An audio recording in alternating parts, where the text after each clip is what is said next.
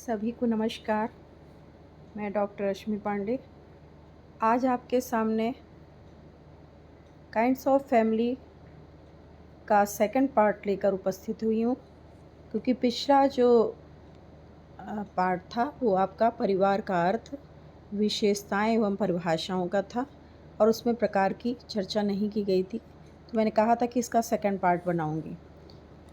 तो जो विवाह के प्रकार हैं, आइए उन पे चर्चा करते हैं। Family part second. परिवार के प्रकार। विवाह के आधार पर एक विवाही परिवार, बहुविवाही परिवार और इनके अंतर्गत आते हैं बहुपत्नी विवाही परिवार और बहुपति विवाही परिवार। तो एक विवाही परिवार कौन सा है? इस प्रकार के विवाह में एक पुरुष एक स्त्री से विवाह करता है। इसमें दोनों पक्ष बिना तलाक या किसी एक की मृत्यु तक दूसरा विवाह नहीं कर सकते। बहुविवाही परिवार में क्या होता है? जब एक पुरुष का एक से अधिक स्त्रियों के साथ अथवा एक स्त्री का एक से अधिक पुरुषों के साथ विवाह होता है, तो ये बहुविवाही परिवार की स्थापना होती है। और जो एक विवाही परिवार है, यह परिवार का यह स्वरूप संसार में सबसे ज़्यादा प्रचलित है। इसके अंतर्गत आपके आते हैं बहुपत्नी विवाही परिवार। इसमें एक ही समय में एक पुरुष अनेक स्त्रियों से विवाह करता है।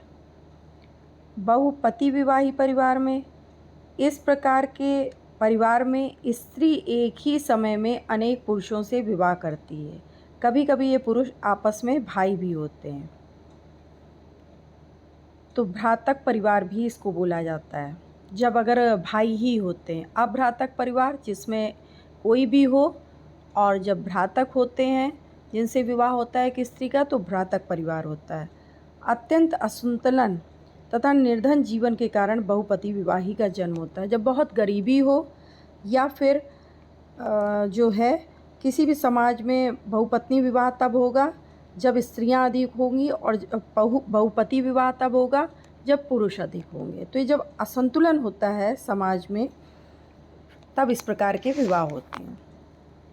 नेक्स्ट है आपका वंश के आधार पर।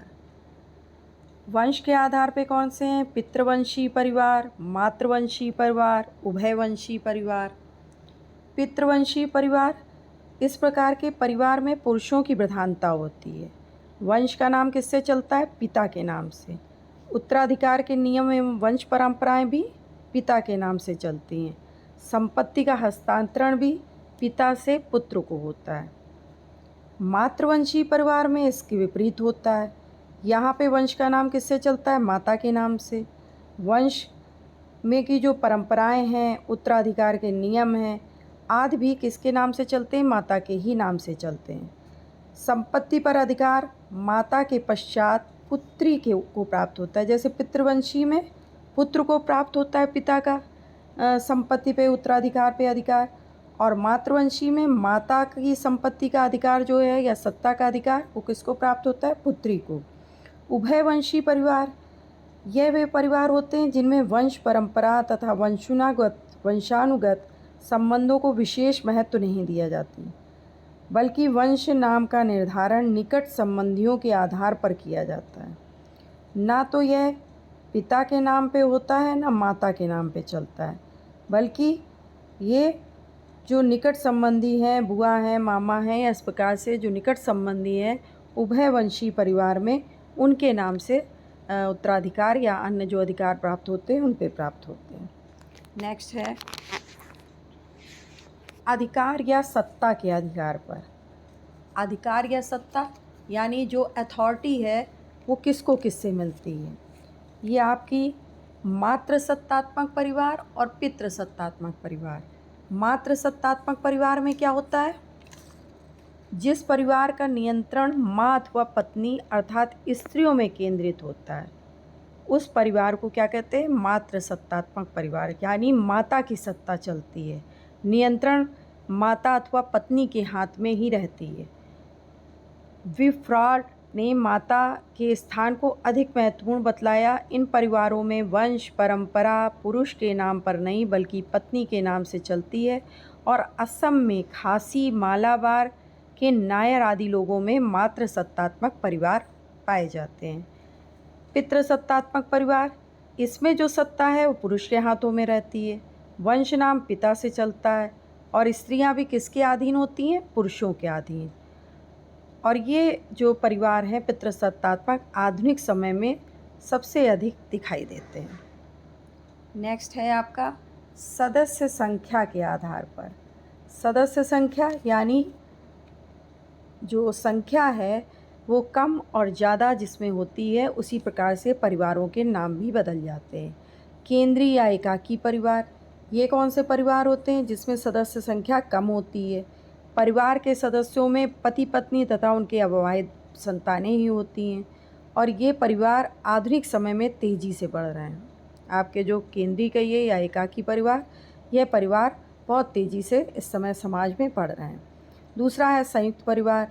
संयुक्त परिवार जिसमें कई पीढ़ी के लोग एक साथ एक ही छत के नीचे रहते हैं, एक ही रसोई में पका भोजन करते हैं, सामान्य पूजा में भाग लेते हैं और वे सामान्य संपत्ति के अधिकारी होते हैं। वे होते हैं आपके संयुक्त परिवार। विस्तृत परिवार कौन से हैं? ये जो सभी रक्त संबंधी एवं कुछ अन्य संबंधी भी सम्मिलित होते हैं इन परिवारों में।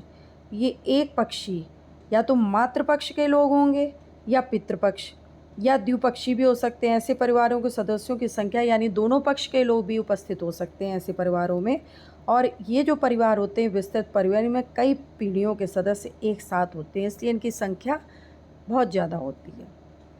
और इन परिवारों के अतिरिक्त जो एक विशेष बात है, उत्तर आधुनिक समाज में एक नए प्रकार के परिवार की भी उपस्थिति हो गई है, जन्म हो चुका है, जो विवाह व रक्त संबंध पर आधारित नहीं है। अभी तक आपने देखा विवाह हुआ या रक्त संबंधी है, लेकिन जो नए आपका उत्तर आधुनिक समाज में एक नए परिवार का जन्म हुआ है, वह आपका क्या है, न रक्त पर संबंधित है न विवाह पर, बल्कि उनमें क्या कौन से लोग पाए जाते हैं? समान विचारधारा, समान उद्देश्यों, समान कार्य व्यवहार, समान जीवन शैली को महत्व दिया जाता है और यह नवनिर्मित परिवार लिव इन रिलेशनशिप पर आधारित है। सदस्य संख्या के आधार पर हो गए। अब आपका नेक्स्ट है निवास के आधार पर। निवास के आधार पर होते हैं मातृस्थानीय परिवार और पितृस्थानीय परिवार, और तीसरा है नवस्थानीय परिवार। तो मातृस्थानीय परिवार कौन से हैं? जहाँ पति स्थायी रूप से या आवश्यकता पड़ने पर पत्नी के साथ पत्नी के घर पर निवास करता है। पितृस्थानीय परिवार में क्या होता है? ये परिवार पुरुष प्रधान समाज में पाए जाते हैं।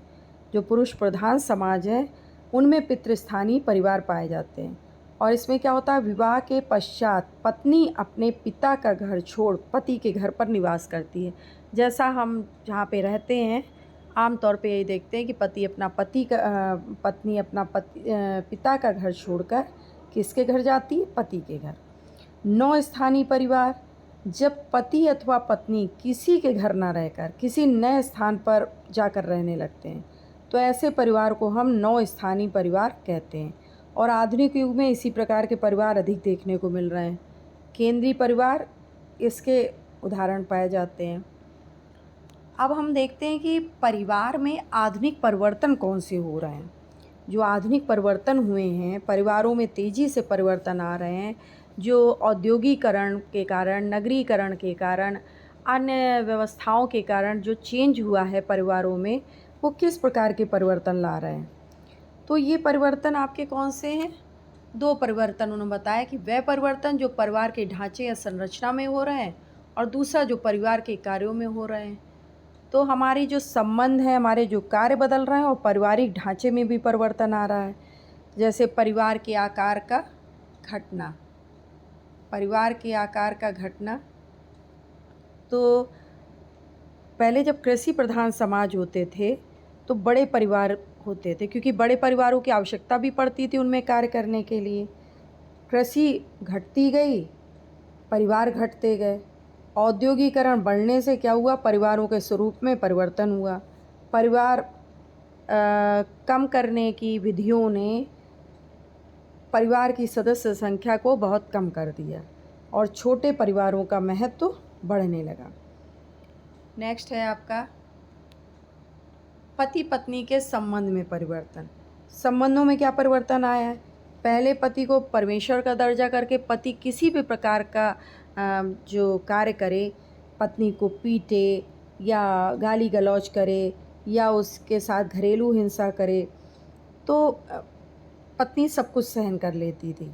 और अब क्या है, बदली हुई अवस्था में पत्नियां जो हैं वो गलत कामों को या जो इस तरीके की घटनाएं होती हैं उनको स्वीकार नहीं करती। और आज जो स्त्रियां हैं वो अपने अधिकारों के प्रति जागरूक हो गई हैं। संबंध समान हो रहे हैं, यानी पति पत्नी के कर्तव्य और अधिकार अब कर्तव्यों को भी लीजिए तो सारे काम पत्नियां भी कर रही हैं, पति भी कर रहे हैं, और अधिकार भी समान हो गए हैं। नेक्स्ट है आपका पति पत्नी के संबंध पर पिता के अधिकारों में कमी। पिता के अधिकारों में क्या कमी आई है कि अब परिवारों में प्रजातंत्रीय जो आदर्श ने स्थान पा लिया है। अब पिता या मुखिया निरंकुश शासक के रूप में नहीं रहा, यानी पिता कुछ भी कहे, जो घर का मुखिया है कुछ भी कहे। पहले बच्चे और स्त्रियां सारी चीज़ों को मान लेते थे, लेकिन अब बच्चों में स्त्रियों के प्रति मनोभावों में परिवर्तन आया है। परिवार के सभी लोगों को समान महत्व दिया जा रहा है। आधुनिक समाज में सभी लोग, चाहे वो बच्चे हों उनकी भी बात सुनी जाती है, महिलाएं हैं उनकी बात सुनी जाती है, मानी जाएगी। और पहले स्त्रियों को किसी भी जो वार्तालाप होती थी या कोई समस्या होती थी उसमें पत्नियां या घर की स्त्रियां अपने कोई भी वक्तव्य व्यक्त नहीं कर सकती थी, लेकिन अब सबको, चाहे वो छोटा बच्चा हो या स्त्रियां हो, सभी को समान रूप से महत्व दिया जाता है। नेक्स्ट है पति पत्नी के संबंध पर पिता के अधिकारों में कमी। परिवार के अन्य सदस्यों का महत्व बढ़ना। अन्य सदस्यों का क्या महत्व बढ़ा है परिवार में? अब सभी को समान जो है परिवार के अन्य सदस्यों का महत्व बढ़ना, यानी सभी को अधिकार जो हैं वो प्राप्त हुए हैं। सभी को समानता का भाव सभी के साथ प्रकट किया जाता है। सभी अपनी बात, अपना जो है निर्णय रखने के लिए स्वतंत्र है। विवाह व यौन संबंधों में परिवर्तन। इसमें क्या परिवर्तन आया है? विवाह के जो पहले स्वरूप हुआ करते थे, वे जो निर्णय लेते थे विवाह के लिए वो बुज़ुर्ग तय करते थे, और आज लड़के लड़कियां यह निर्णय स्वयं लेते हैं। किसी रिश्ते को किसी पर ज़बरदस्ती आज नहीं थोपा जा सकता। प्रेम विवाह, कोर्ट मैरिज एवं अंतरजातीय विवाह की संख्या अब बढ़ती जा रही है। इससे भी आगे अब क्या हुआ है, लिव इन रिलेशनशिप, यानी बिना शादी के विवाह के एक साथ रहना, और इसको सरकार ने भी मान्यता प्रदान कर दी है। नातेदारी के महत्व का घटना। पहले जो कहा जाता था अतिथि देवो भव, सरल समाज में प्राथमिक संबंध महत्वपूर्ण होते थे। सरल समाज जब आपका ज़्यादा जटिलताएं नहीं थी, बहुत श्रम विभाजन नहीं था, सारे कार्य घर परिवारों के द्वारा बहुत कुछ कर लिया जाता था। तो प्राथमिक संबंध क्या होते थे? आमने सामने के संबंध घनिष्ठ होते थे और महत्वपूर्ण होते थे। लेकिन जैसे जैसे औद्योगिकरण, आपका नगरीकरण या अन्य व्यवस्थाएं आईं, तो जटिल समाजों में व्यक्ति अपनी सुविधा के साथ संबंधों पे बल देता है। उसका मन है तो संबंधों को चलाएगा, उसका मन है तो कहीं जाएगा शादी विवाह या अन्य पर्व पे, और पहले ना जाने पर बड़ों की डांट, बड़ों का गुस्सा वो करना पड़ता था। लेकिन आज क्या है, आज व्यक्ति अपनी सुविधा के अनुसार संबंधों को निभाता है। रिश्तेदारों में इससे क्या हुआ, घनिष्ठता का अभाव पाया जाता है। नेक्स्ट है आर्थिक सामाजिक दृष्टि से स्त्रियों की स्वतंत्रता का बढ़ना। अब आप देख ही रहे हैं कि पहले के अपेक्षा आज जो है वो आर्थिक दृष्टि से भी स्त्री मजबूत हुई है और अपने निर्णय लेने में सक्षम हुई है। सामाजिक दृष्टि से भी स्त्रियों को बहुत महत्व प्राप्त हुआ है। तो वर्तमान में स्त्रियों की स्थिति में क्या हुआ है, बहुत तेज़ी से परिवर्तन हुआ है। उन्हें संपत्ति का अधिकार मिला, स्वतंत्रता मिलने से आज वे किसी के अधीन नहीं हैं। यानी जैसे पहले अबला कहा जाता था, अब वो स्थिति नहीं है। स्त्री शिक्षा के कारण भी सामाजिक चेतना आई, स्त्रियों को अपने अधिकारों के प्रति सजग बनने में सहायता मिली। अब वे सामाजिक जीवन से संबंधित विभिन्न गतिविधियों में भी भाग लेती हैं। तो स्त्रियों का क्या हुआ, आर्थिक दृष्टि से भी और सामाजिक, क्योंकि उन्हें कोई भी चीज़ लेनी है या खर्च करना है या किसी को देना, कुछ भी आर्थिक दृष्टि से कार्य करना है तो वो निर्णय लेने के लिए स्वतंत्र हैं। तो सामाजिक और आर्थिक दृष्टि में भी पहले से परिवर्तन आया है। इसी के साथ अगर ये वीडियो आपके लिए उपयोगी हो तो प्लीज़ लाइक करें, शेयर करें, सब्सक्राइब करें। धन्यवाद।